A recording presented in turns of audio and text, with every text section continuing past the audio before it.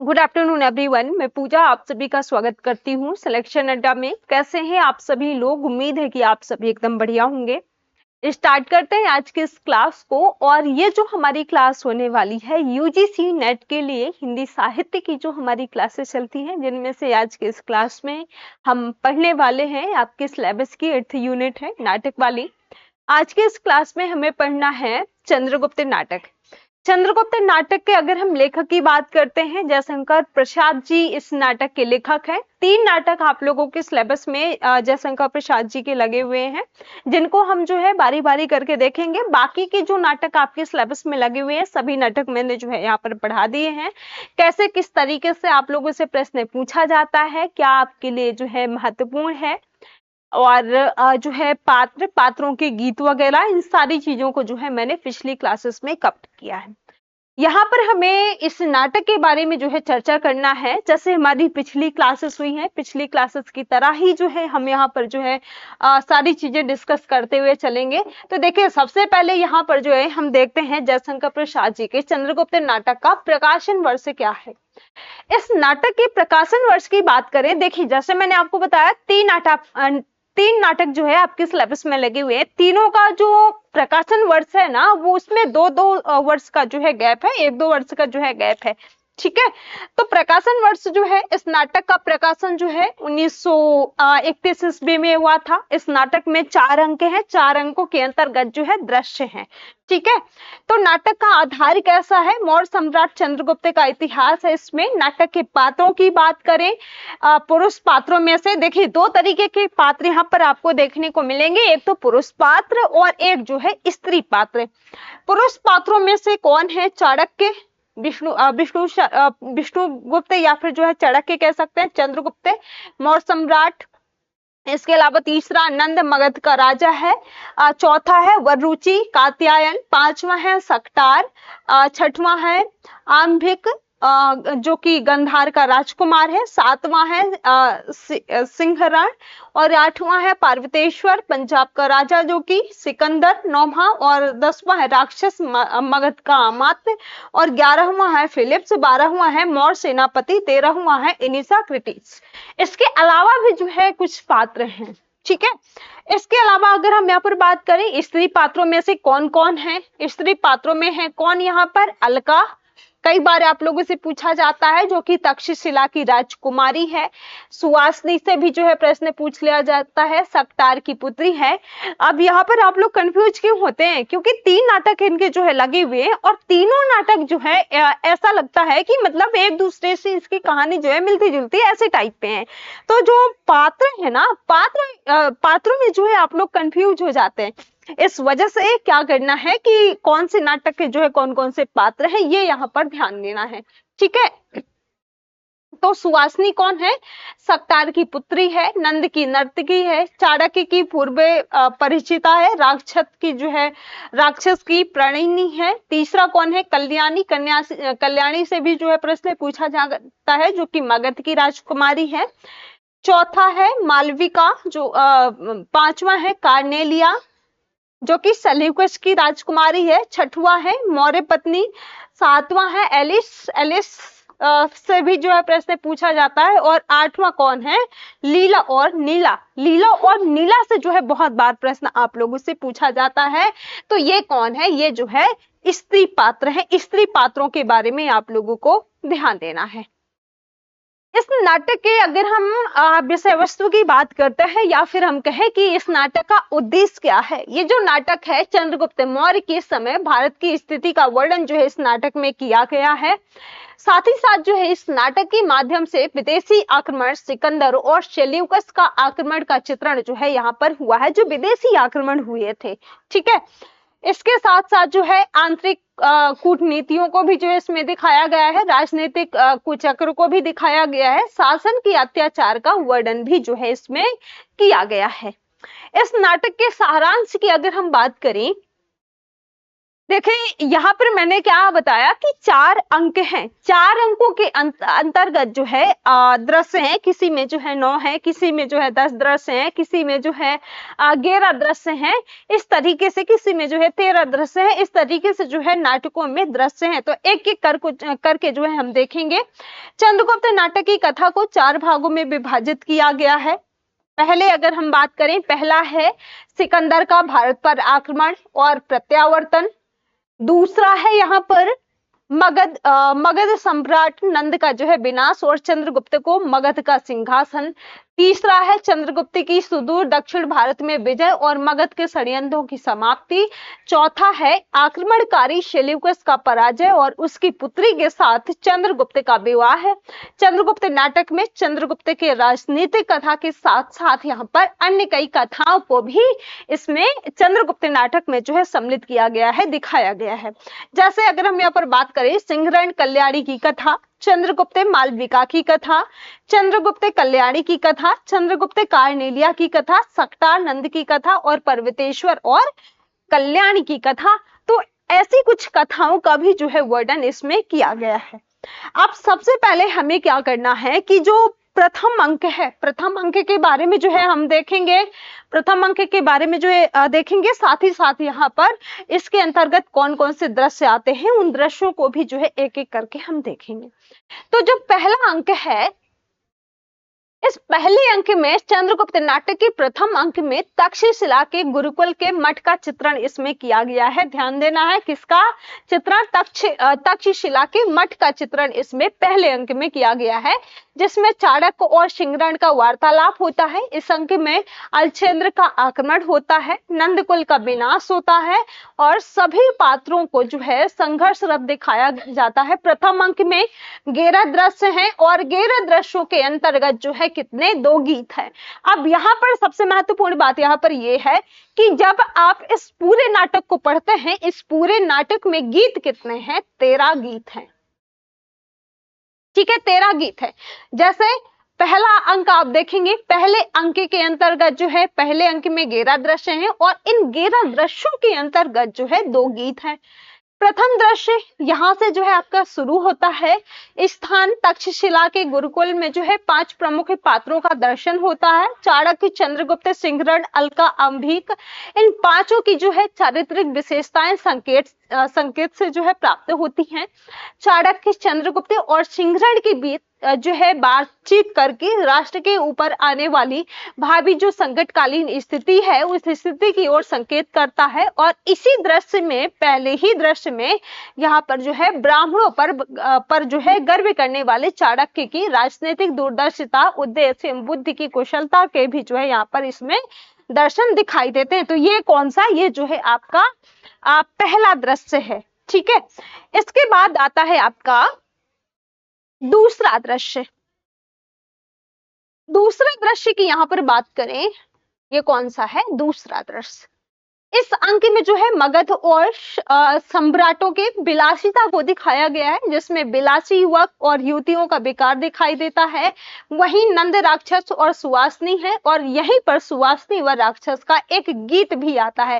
तो एक गीत जो है इसमें आ गया, क्योंकि आपने क्या देखा कि जो पहला अंक है, पहले अंक में 11 दृश्य हैं, 11 दृश्यों के अंतर्गत 2 गीत हैं। तो 2 गीत हैं, पहला गीत जो है यहाँ पर आ जाता है। इसके बाद आता है आपका तीसरा दृश्य।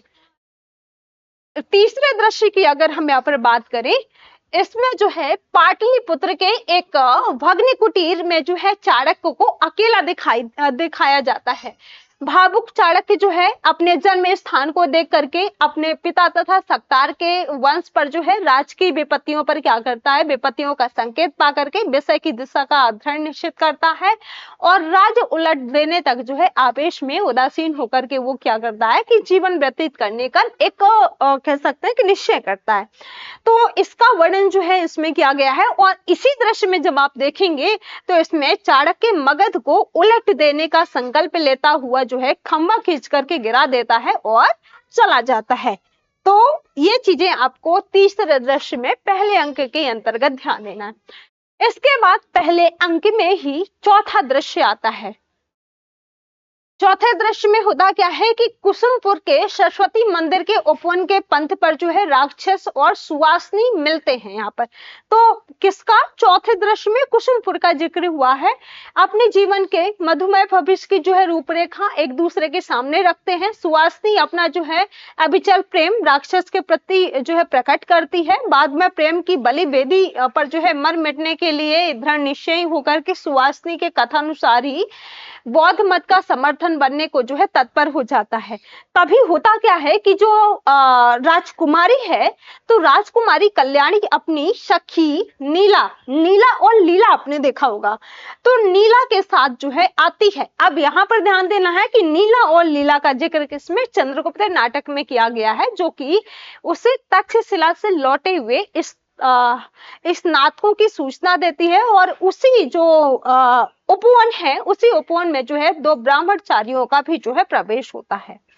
तो ये रहा आपका चौथा दृश्य। इसके बाद आता है आपका कौन सा, पांचवा दृश्य। पांचवें दृश्य में अगर हम यहाँ पर बात करें तो इसमें मगध में जो है नंद की राजसभा का दृश्य है पांचवें दृश्य में। और यहाँ पर आमात राक्षस के साथ साथ नंद को तक्षशिला से लौटे हुए स्नातकों की शिक्षा पूर्ण करने की सूचना भी मिलती है। और वरिष्ठ मंत्री वरुचि की तक्षशिला विश्वविद्यालय के प्रति सम्मान पूर्ण जो है भावना प्रकट करी जाती है। उसी सभा में चाणक्य का प्रवेश होता है यहाँ पर, जो कि राज्य पर आने वाले संकट की चेतावनी देता है चाणक्य। और वो जो है ब्राह्मण धर्म की पुष्टि करता हुआ बौद्ध धर्म की शिक्षा, मानव व्यवहार और राष्ट्र रक्षा के लिए जो है अधूरी बतलाता है। तो ये आपका कौन से दृश्य में, पांचवें दृश्य में इन चीजों का जिक्र हुआ है।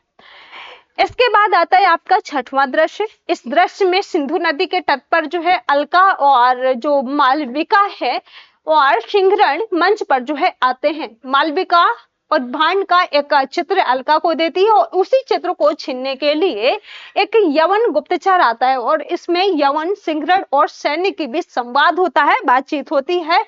और अंत में अलका को राजद्रोही सिद्ध करके बंदी बनाना चाहते हैं, पर अलका जो है स्वतः ही बंदी होकर के गंधा नरेश के पास चली जाती है। तो ये छठवें दृश्य में जो है इसका जिक्र किया गया है। इसके बाद पहले अंक के अंतर्गत ही आपका आता है सातवां दृश्य। सातवें दृश्य का स्थान मगध का बंदी गृह का दृश्य है।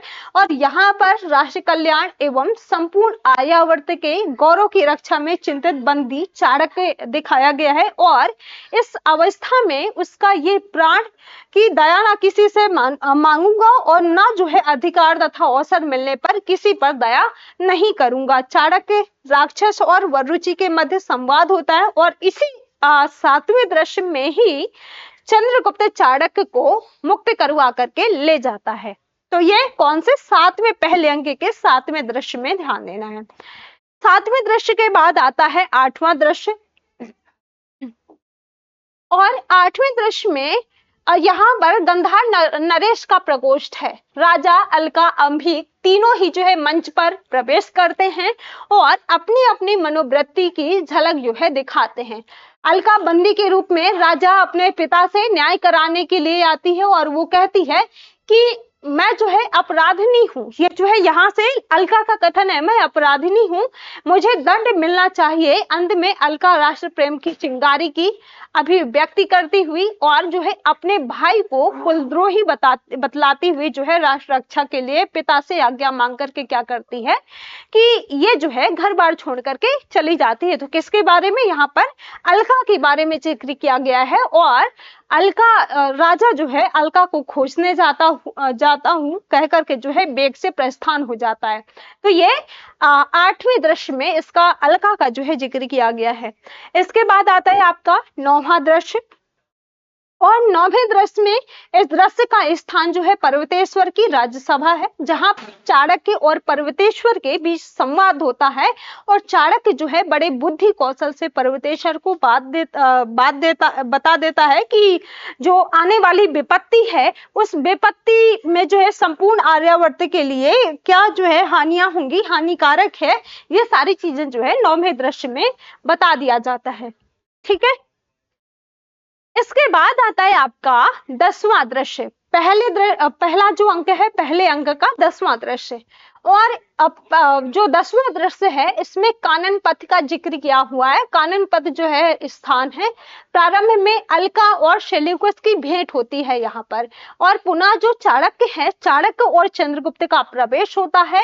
व्याघ्र की घटना से चंद्रगुप्त और सेल्यूकस का साक्षात कराया जाता है, और व्याघ्र से जो है अपनी रक्षा सेल्यूकस द्वारा हुई होती है, और ये जान करके चंद्रगुप्त उसके प्रति कृतज्ञता ज्ञापित करता है। तो ये इसका जो है जिक्र इसमें किया गया है। इसके बाद है 11वां दृश्य। 11वां जो दृश्य है इसमें सिंधु तट पर जो है महात्मा दंडायन का आश्रम है, ये जो है इसका स्थान है।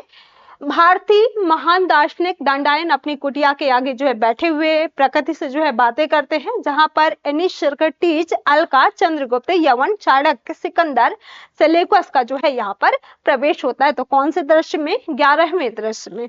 ठीक है, इसके बाद आता है आपका दूसरा अंक।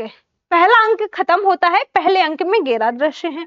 दूसरा अंक जब हम देखेंगे इसमें क्या है, इसमें जो है पश्चिमोत्तर प्रांत की राजनीतिक स्थिति को प्रस्तुत किया गया है, और साथ ही साथ फिलिप्स के चंगुल से जो है कार्नेलिया का चंद्रगुप्त द्वारा उद्धार, इन सबके बाद कार्नेलिया का चंद्रगुप्त का अपना बन जाना दिखाई देता है। दूसरे अंक में विदेशी सेना की यथास्थिति, चाणक्य को प्राप्त हो जाना, मगध का पुनः समस्तकार व्यापारों का केंद्र बन जाना, चंद्रगुप्त का जो है दोनों गणतंत्रों का सेनापति बनना, तो ये सब जो है किसमें? द्वितीय अंक में दिखाया गया है।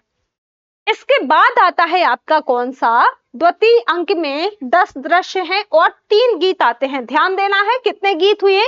अभी जो हमने पहला अंक देखा, पहले अंक में 2 गीत देखे, पहले अंक में 2 गीत देखे, दूसरे अंक में जो है 3 गीत आते हैं। तो ये दोनों इसमें जो है कितने? 3 गीत आते हैं, और टोटल कितने हैं? 13 गीत आते हैं पूरे इस नाटक में।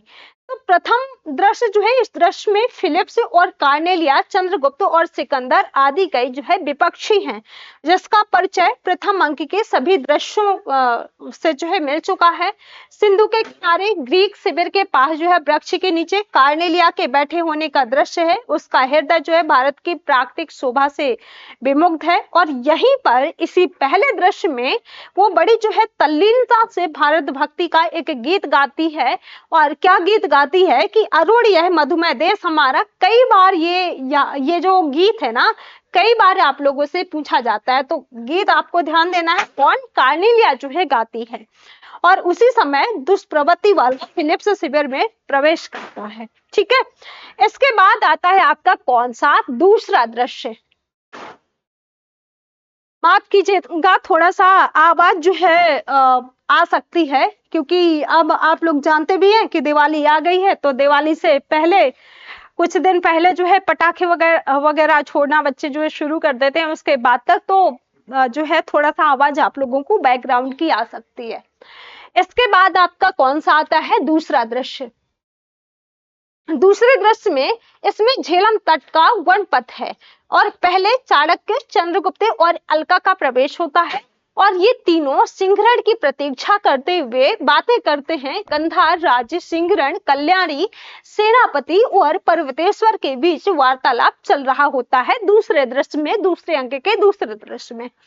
तीसरा दृश्य आता है आपका कौन सा? इसका स्थान युद्ध क्षेत्र है। स्थान जरूर आप लोगों को ध्यान देना है। ठीक है, दूसरे दृश्य में झेलम तट का वर्णन है।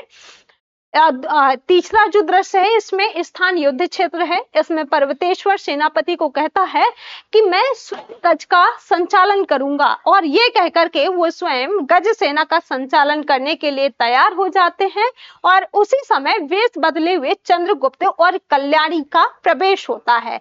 उनके वार्तालाप से ये प्रकट होता है कि जो कल्याणी चंद्रगुप्त से प्रेम करती है, चंद्रगुप्त को देश की दुर्दशा के प्रति जो है चिंता है। ठीक है, तो ये जो है तीसरे दृश्य में इसका जिक्र किया गया है। इसके बाद आता है आपका कौन सा? चौथा दृश्य, और चौथे दृश्य में इसका स्थान है मालव के सिंहरण के उद्यान का एक अंश है। प्रारंभ में कोमल, कल्पनामयी मालविका और आतृप्त चंद्रगुप्त के बीच जो है बातचीत होती है। चंद्रगुप्त स्निग्ध भावना से ये कहकर कि रणभेरी के पहले जो है यदि मधुर मूल्य की एक तान सुन लूं तो कोई हानि नहीं होगी, ये कथन जो है कई बार आप लोगों से पूछ लिया जाता है। ठीक है, तो ये कथन चंद्रगुप्त का है, ध्यान देना है। तभी होता क्या है कि यहाँ पर चाणक्य का प्रवेश होता है और वो जो है चंद्रगुप्त को कोमल और असामयिक बातों से वर्जित करके यवन सेना की गतिविधियों की जो है जानकारी प्राप्त करने चला जाता है। इसके बाद आता है आपका पांचवा दृश्य। पांचवें दृश्य का जो स्थल है वो क्या है, बंदी गृह का है। घायल सिंहरण और अलका का वार्तालाप होता है। यहाँ पर उनके सिंहरण और अलका के बीच में जो है बातचीत होती है। अलका सिंहरण को ये बता देती है कि बंदी होना आचार्य चाणक्य को ज्ञात है। अंत में अलका पर्वतेश्वर के साथ चाणक्य की आज्ञा से जो है प्रणय का स्वंग रच करके उसे क्या करती है कि सिकंदर भाभी जो है आक्रमण में सहायता देने के लिए बाध्य कर देती है सिकंदर को। ठीक है, इसके बाद आता है आपका छठवां दृश्य। छठवें दृश्य में, इस दृश्य में जो है मालवों के स्कंधावार में जो है युद्ध परिषद का आयोजन होता है। ठीक है, और यहाँ पर मालव और क्षुद्रकों की सम्मिलित सेना का जो है सेनापति प्रारंभ में नागदत्त आदि के विरोध करने का भी जो है सिंहरण अभिलाषानुसार चंद्रगुप्त बनाया जाता है। सातवें दृश्य में, यह दृश्य जो है बहुत ही छोटा दृश्य है, सातवां दृश्य दूसरे अंक का। और इस दृश्य में जो है पर्वतेश्वर के प्रसाद में अलका और पर्वतेश्वर जो है अपनी यहाँ पर जो है मालव युद्ध में भाग लेने के लिए प्रतिष्ठित हो चुका होता है। उधर सिकंदर जो है 8 सहस्त्र अश्वारोही मांगे हैं। ऐसी स्थिति में ही अलका समझा देती है कि सिकंदर के साथ संधि नहीं, पराधीनता को स्वीकार किया गया है। ठीक है, तो ये सातवें दृश्य में इसका जिक्र किया गया है। इसके बाद आता है आपका कौन सा, आठवां दृश्य। और आठवें दृश्य का जो स्थान है वो क्या है, रावी के तट पर जो है सैनिकों के साथ मालविका और चंद्रगुप्त का प्रवेश होता है। ठीक है, बातचीत में युद्ध के अनुकूलता के वातावरण की शीघ्रता प्रकट होती है। उसी समय सिंहरण का प्रवेश होता है। चंद्रगुप्त उससे यौनों की जल सेना पर जो है आक्रमण करने को इसलिए कहता है कि जिससे उसकी जो है सामग्री नष्ट हो जाए। उसी समय मालविका अलका को जो है आकर के ये सूचना देती है कि पर्वतेश्वर प्रतिज्ञा भंग कर जो है सिकंदर की सहायता के लिए आया है। ठीक है, इसके बाद आता है आपका नौवां दृश्य। और नौवें दृश्य में जो है शिविर के समीप कल्याणी आर्य चाणक्य से जो है मगध लौटने की आज्ञा मानती है, पर मनोविज्ञान का जो है पंडित चाणक्य उसे चंद्रगुप्त के प्रेमपूर्ण हृदय को ठेस लगाने का भय दिखा करके रोक देता है। तो ये नौवें दृश्य में इसका जिक्र किया गया है।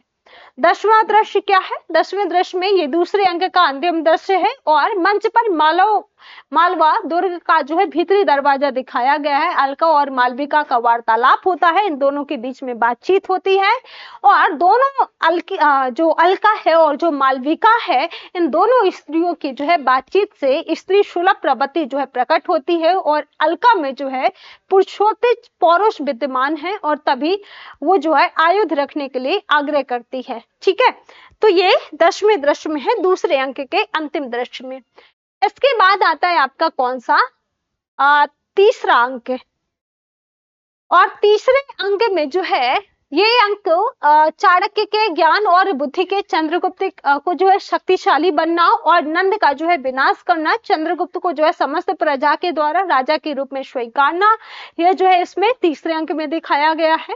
तृतीय अंक में 9 दृश्य है और यहाँ पर जो है एक गीत है। तो 3 गीत दूसरे में, 2 गीत जो है पहले अंक में और एक गीत जो है तीसरे अंक में। पहला दृश्य है, यहाँ पर स्थान है इसका पश्चिमी सीमा तट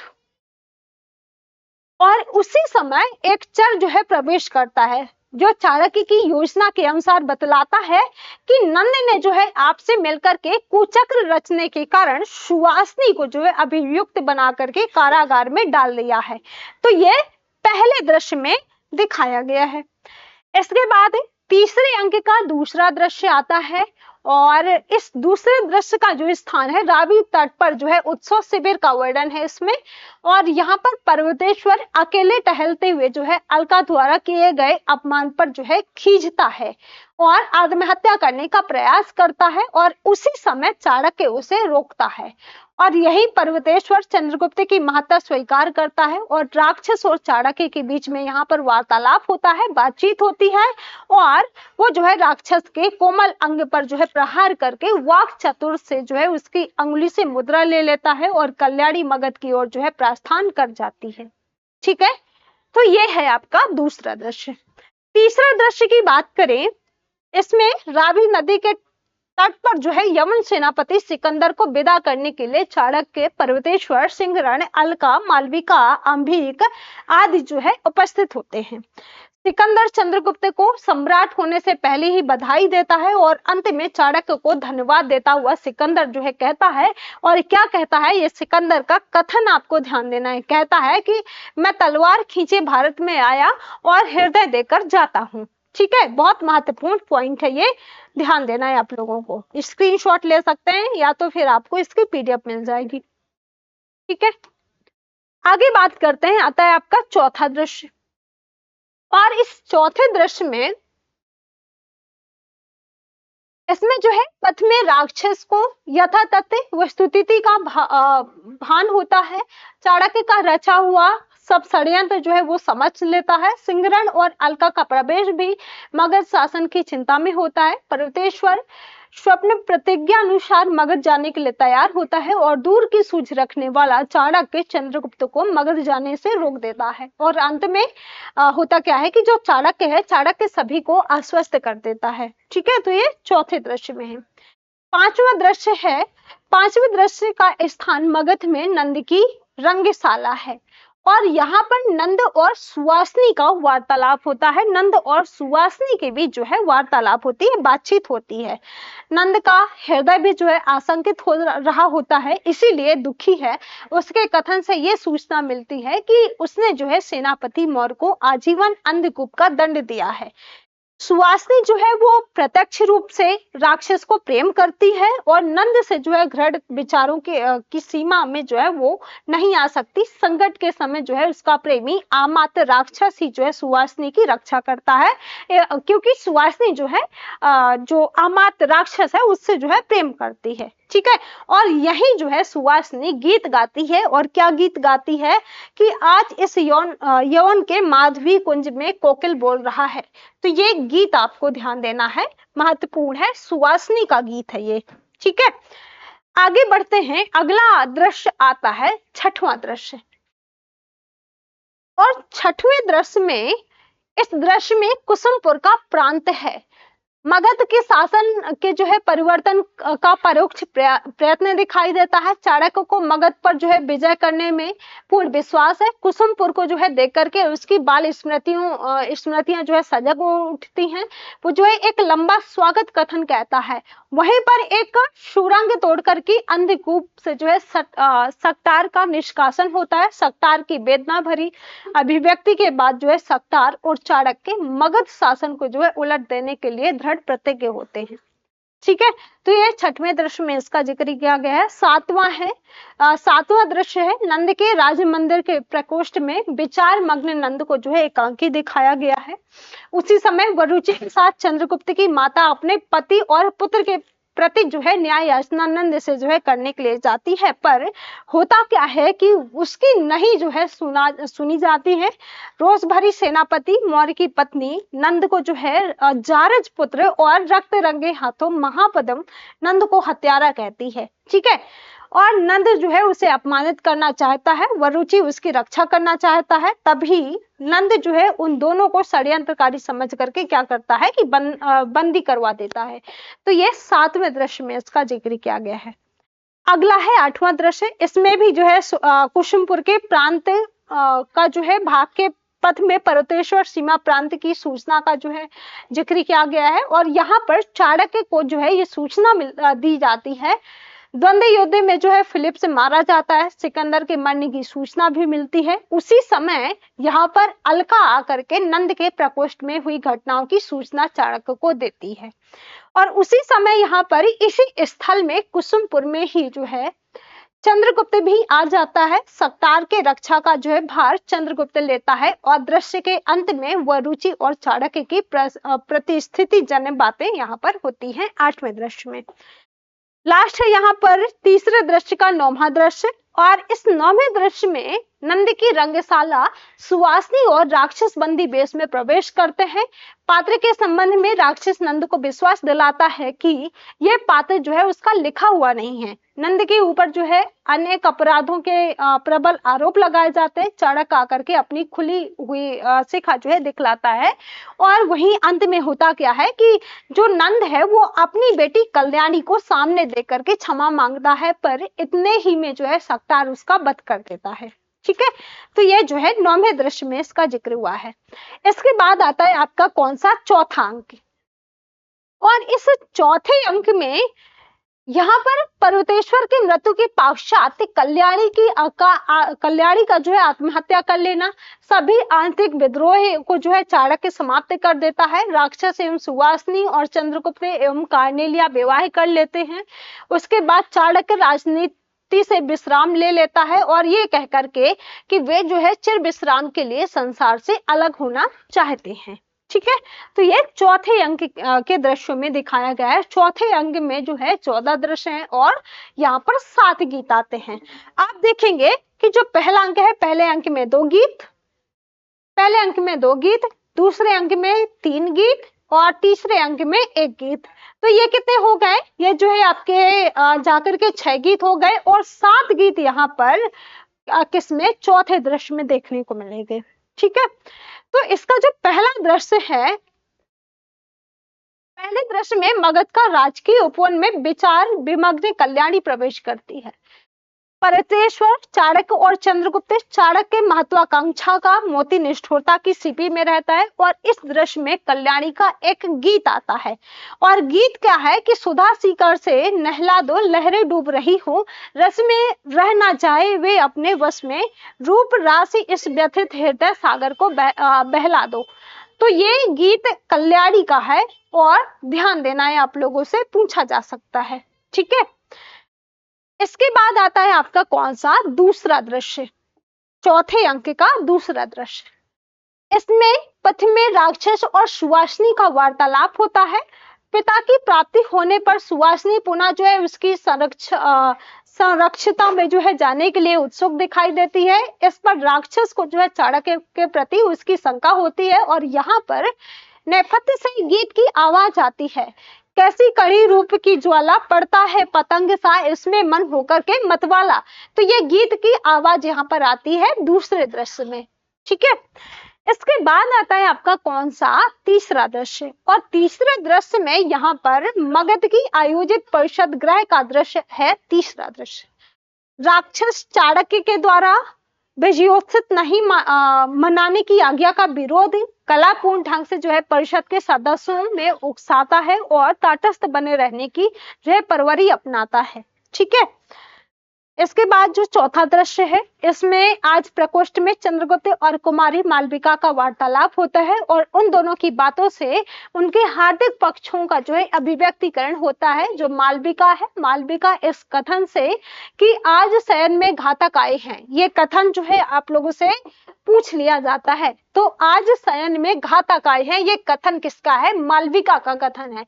उसके जीवन के प्रति पाठक व्यथित होने लगते हैं और मालविका गीत गाती है। क्या गाती है कि बज रही वंशी आठों धाम की, अब तक गूंज रही है बोली प्यारे मुख अभिराम की। इस दृश्य में एक और गीत है।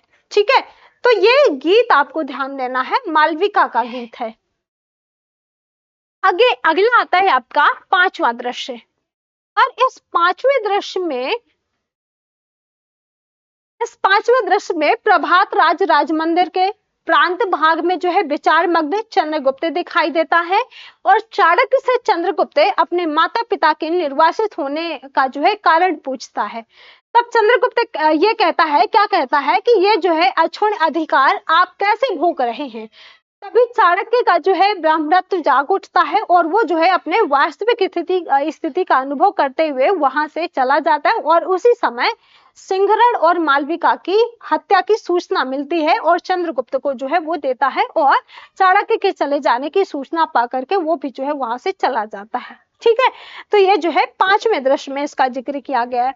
6वां दृश्य आता है और 6वें दृश्य में सिंधु तट पर जो है एक पर्णकुटीर में चाणक्य कात्यायन में जो है स्थिति विषयक वार्तालाप होती है। ठीक है, 7वें दृश्य की अगर हम यहाँ पर बात करें, इस 7वें दृश्य में यहाँ पर जो है कपिसा में अलेक्जेंड्रिया का राज मंदिर और कार्नेलिया और राक्षस की जो है बातचीत होती है। इन दोनों के बीच में जो है वार्तालाप होती है। कार्नेलिया जो है राक्षस को देशद्रोही बताती है और उसी समय राक्षस के चले जाने पर जो है कार्नेलिया सेल्यूकस से देशद्रोही एवं राक्षस तुल्य राक्षस से पढ़ने से स्पष्ट इनकार जो है कर देती है। ठीक है, इसके बाद आता है आपका 8वां दृश्य। 8वें दृश्य में जो है पथ में चंद्रगुप्त और सैनिक का प्रवेश होता है। ये जो इसका स्थान है और वो जो है स्वयं ही सम्राट से जो है सैनिक बनना स्वीकार करता है, क्योंकि सिंहरण ने बालाधिकृत का एक पद संभालने से जो है मना कर दिया है।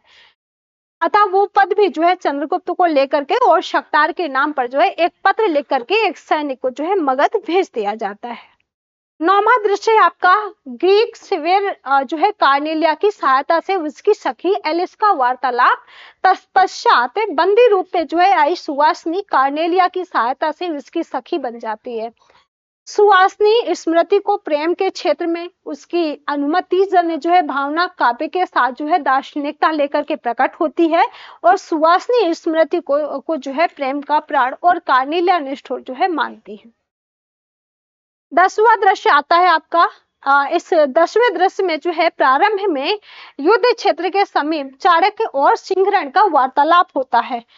सिंहरण के द्वारा यह सूचना मिलती है कि चाणक्य ने प्रचंड आक्रमण किया है, जिससे यमन सेना जो है थर्रा उठी है और बीच सिंहरण जो है अपने आप को युद्ध में सम्मिलित होने से जो है नहीं रोक पाता है। तो ये 10वें दृश्य में इसका जिक्र किया गया है। इसके बाद आता है आपका 11वां दृश्य, 12वां, 13वां और 14वां दृश्य।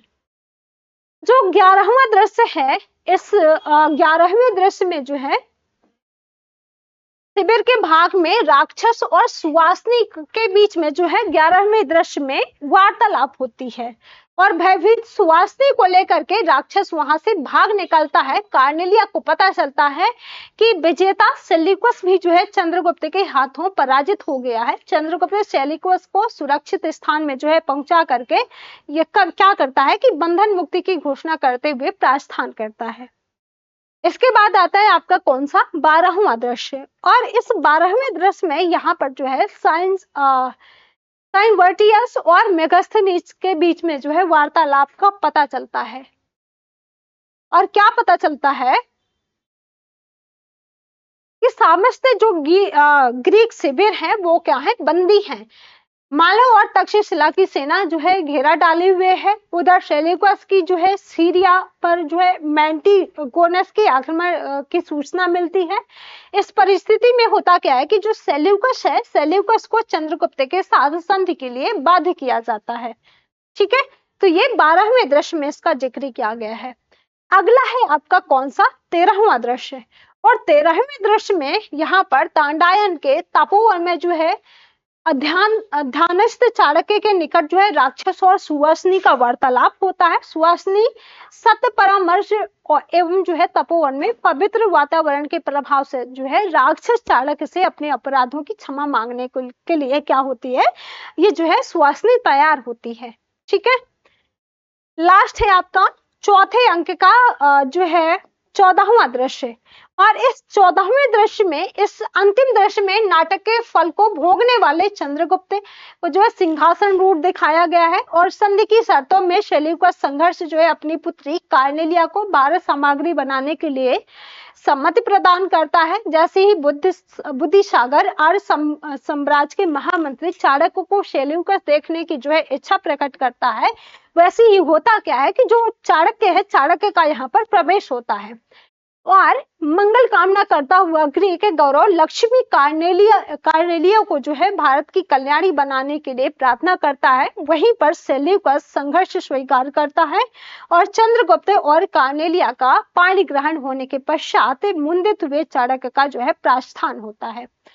और यहीं पर नाटक के लास्ट में, इस नाटक में जो है प्रेम के लिए त्याग भाव को दिखाया गया है। तो ये रहा आपका पूरा का पूरा नाटक। मुझे उम्मीद है कि ये नाटक आपको समझ में आया होगा, इस नाटक की पूरी कहानी क्या है ये समझ में आई होगी। बाकी की पीडीएफ आप लोगों को टेलीग्राम चैनल पर मिल जाएगी, व्हाट्सएप ग्रुप पर मिल जाएगी। आप लोग टेलीग्राम चैनल ज्वाइन कर सकते हैं, व्हाट्सएप ग्रुप आप लोग ज्वाइन कर सकते हैं। ठीक है, तो चलिए फिर मिलते हैं आप सभी को अगली क्लास में। सभी को बाय बाय, थैंक यू।